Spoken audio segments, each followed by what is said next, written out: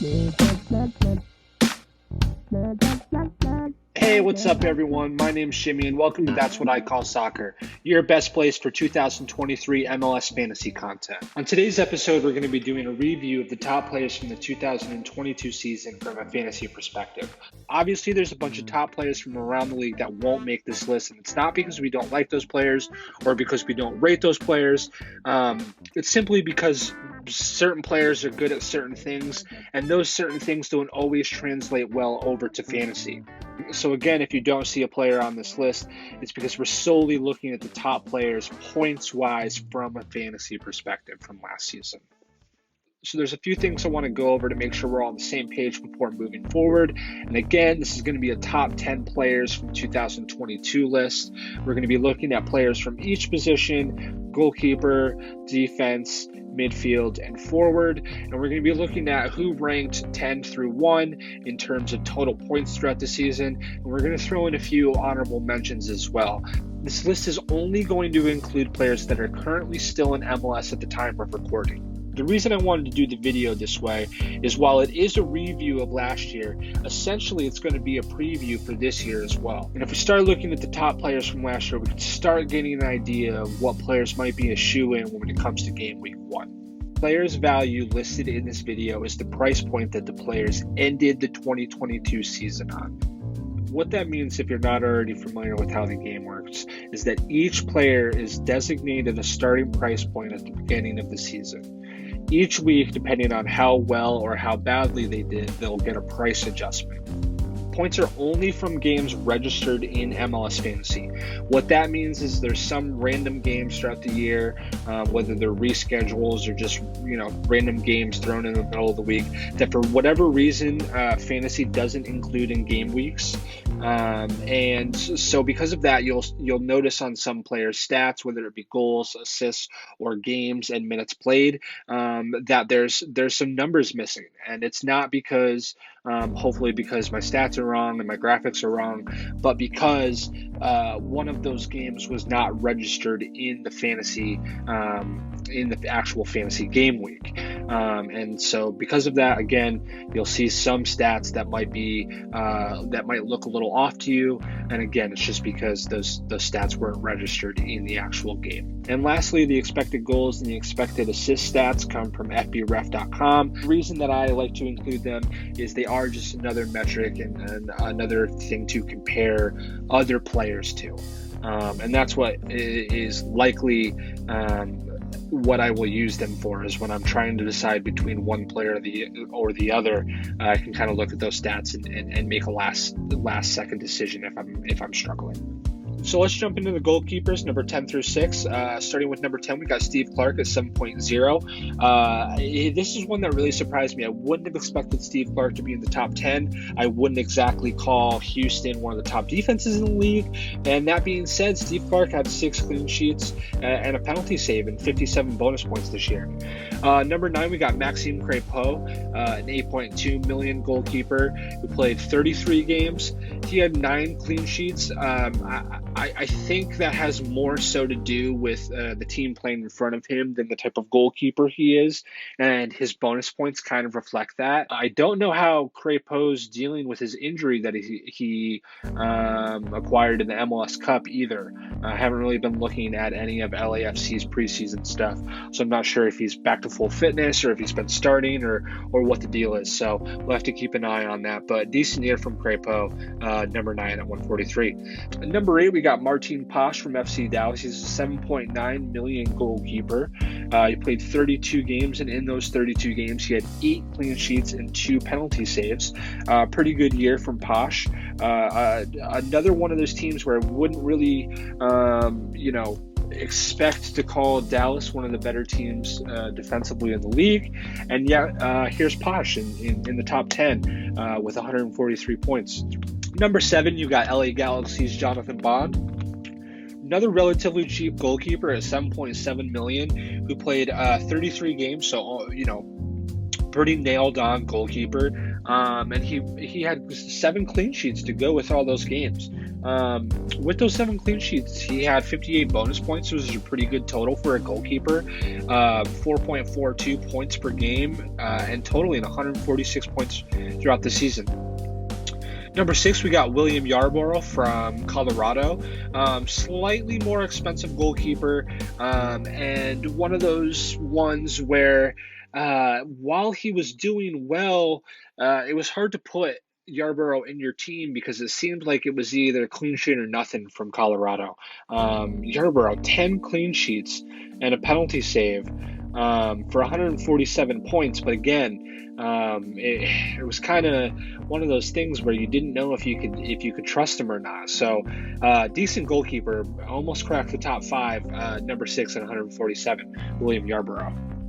Moving right along with the goalkeepers, we got number 5 from Nashville SC, Joe Willis. He's a pretty expensive goalkeeper at $9.2 million. He played 31 games and had 8 clean sheets and tacked on 2 penalty saves with that, and quite a few bonus points with 54 as well, totaling 150 points throughout the year to make number 5 in this top 10 goalkeepers list. Number 4 from Austin, we have Brad Stuber. He's an $8.2 million keeper, played 31 games, had 8 clean sheets and 2 penalty saves, and a pretty high bonus point total at 61 as well. His average per game was 4.97, totaling him at 154 points throughout the season. Number 3, we got a really interesting one here. Sean Johnson, formerly of NYCFC, newly of Toronto FC, and Sean Johnson had a great year last year. I mean, he's probably the most nailed on you can get, or one of the most nailed on. You know he's going to be playing almost every week if he's not injured. And I mean, him in New York had a spell of quite a few clean sheets last year. He totaled 14 clean sheets. He didn't have any penalty saves, and his bonus points is pretty low. But that was still got him to number 3 at 168 total points throughout the year. So fair play to Sean Johnson. I'm excited to see how he's going to be in Toronto. Toronto's put a lot of work into their defense, into their team in general. So yeah, I'm excited to see if Sean John makes my game week 1 lineup. We'll have to see. I haven't really looked at the matchups yet. That'll be a video for next week. But yeah, Sean Johnson, number 3. Number 2, Zach Mcmath. This one surprised me the most out of the top 10, I got to be honest, which again shouldn't really surprise me considering I had Zach Mcmath in my team quite a bit last year. But he's an $8.8 million goalkeeper. RSL, you don't quite think of them as one of the better defenses or one of the better teams in the league or the West in general. And that being said, 33 games from Mcmath, and he had 10 clean sheets and 3 penalty saves in those 33 games. It's pretty impressive, and he had 60 bonus points on top of that, which is one of the highest out of all the keepers. So Zach Mcmath had a great year last year. If you had him in your team, you were feeling the benefits, and he totaled with 168 points to take the number 2 spot from last year. And number 1, we got Andre Brickwall Blake from Philadelphia Union. Another one that's extremely nailed on. If he's healthy, he's playing. And they made that even more of a statement this year by moving Matt Freese over to NYCFC and not really getting a second backup and sticking with Joe Bendick as their backup. They have full faith in Andre. He is the defending goalkeeper of the year and had a lot of shouts for MVP. And he's going to want to come back this year with a vengeance and finally get his hands on a trophy. So yeah, last year in 34 games had 15 clean sheets. Philly's defense in general, and we'll get into that, but Philly's defense in general was so fantastic throughout the entire year. He had 1 penalty save on top of that, averaging 5.6 points per game and totaling 193 points throughout the season. Andre Blake, number 1 goalkeeper throughout the league and in fantasy, 193 points. I'd be excited to see if he can match that this year. A couple honorable mentions. First, we got Dane St. Clair, just a $6.4 million goalkeeper from Minnesota. No one really had him on their radar at the beginning of last year, and he quickly came on the scene. played 32 games, had 5 clean sheets with 1 penalty save, had 59 bonus points, which isn't bad either, and totaling 136 points. Pretty good year from Dane St. Clair. I'm excited to see what he can do as the, his second season as the number 1 in Minnesota. That being said, I think Minnesota's got some question marks they need to answer. And second, we got Jordy Petrovic, a $10 million goalkeeper. The reason I got him in, if you don't already know about Jordy Petrovic, he came in late in the season on a transfer to New England, and he only played 20 games. And in those 20 games, he had 7 clean sheets and 4 penalty saves, averaging 6.45 points per game and totaling out at 129 points throughout the season. Steve Clark, our number 10 goalie throughout the year, had 139 points throughout 33 games. And in 20 games, Jordy Petrovic was able to come within 10 points of the number 10 goalkeeper of the year. Moving right along with the defenders, we got number 6 through 10 here. Number 10, we've got Dave Romney, another Nashville SC player, $9.2 million. He played 31 games. He had 3 goals and 3 assists last year and helped out with 8 clean sheets as well. 51 bonus points on top of that for a total of 158 points throughout the year. Number 9, we got Rafael Chihos from Chicago at $10.3 million. He only played 26 games and still totaled 158 points, which is a pretty good total. He tacked on 3 goals and an assist on top of that, but he had 10 clean sheets with Chicago. They obviously had that huge sale of Gaga Slonina to Chelsea and John Duran to Aston Villa, and they've got all this money to play with, and they've done pretty much nothing with it. But I just don't feel super confident in them, and because of that, I don't feel super confident in Chihos. Number 8, Joel Waterman, $11.5 million defender, played 30 games, 3 goals and 4 assists, 6 clean sheets, and he had quite a few bonus points and 70 bonus points. So maybe he gets a bunch of bonus points again this year, and maybe he can get a few clean sheets. Number 7, Dwan Jones, another New England player, $9.8 million, played 30 games, had a goal and 7 assists with 9 clean sheets, averaging 5.33 points a game and totaling 160 throughout the season. Pretty decent year from Dwan Jones. I think New England's going to be a team to watch this year. I think they're going to be on a vengeance to get back to where they think they should be from 2 years ago after that historic supporter shield year. And yeah, I think they're going to be ready to go this year. So Dwan Jones is someone that I'm looking at. If we can see some good results from New England in the first couple of weeks.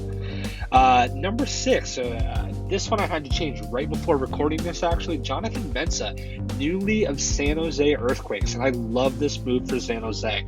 I want to see them succeed, and I think this is a decent move for the short term for San Jose. I don't think this is someone that's going to be there for a long time and man the ship, but I think this is a great move for San Jose to better their team for the right now. Jonathan Mensah last year, 29 games, 2 goals and an assist. He had 9 clean sheets with Columbus, 67 bonus points, which is pretty good to be fair. Pretty decent average of 5.62 points per game, totaling out at 163 points throughout the season. Number 5, a player that currently, as of time of recording, is still in MLS, but I don't know that he will be here the entirety of the year. Regardless, he could still be here for the beginning. He's still here now, so we've got to talk about him. Diego Palacios from LAFC, a $10.9 million defender. He played 28 games, had a goal and 7 assists with 8 clean sheets and 63 bonus points. Pretty good year from Palacios. He's pretty young. I'd expect him to have another good year if he remains on the team. That being said, LAFC has some question marks that need to be answered. I don't think they're going to have as good of a year as they did last year, and because of that, I think some pressure will be on the back line, and so I don't know that Palacios will have as good of a year, but yeah, he had a pretty good year last year, to be fair. Number 5. Number 4, RSL's Andrew Brody, 33 games, 2 goals, 6 assists, and 10 clean sheets. Again, RSL, not a team that I would have put at the top of my list for best defenses in the league last season, but they surprised me. Totaled at 179 points throughout the year, and that was good enough to make him 4th overall last year after just all his Philly defenders. So pretty good year from Andrew Brody. Interested to see if RSL can follow that up. And we'll just get through these guys quickly. The same can be said for all of them.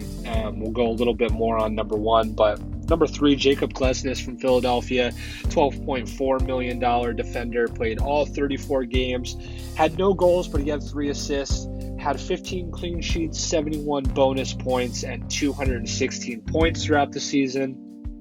Great season from Jacob Glesnes. He was the defender of the season throughout the MLS, and I expect him to have another great year this year.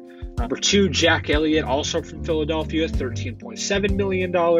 He played 32 games, had 2 goals, 2 assists, 15 clean sheets, and had 220 points throughout the year. And number 1, your best defender over the season, Kai Wagner, a $14.2 million defender, and he's worth every single dollar. He played 33 games throughout the year, had 0 goals, but 14 assists. I think he was in the top 5 of assists throughout the entire MLS last season as a defender. So a great record from Kai Wagner there.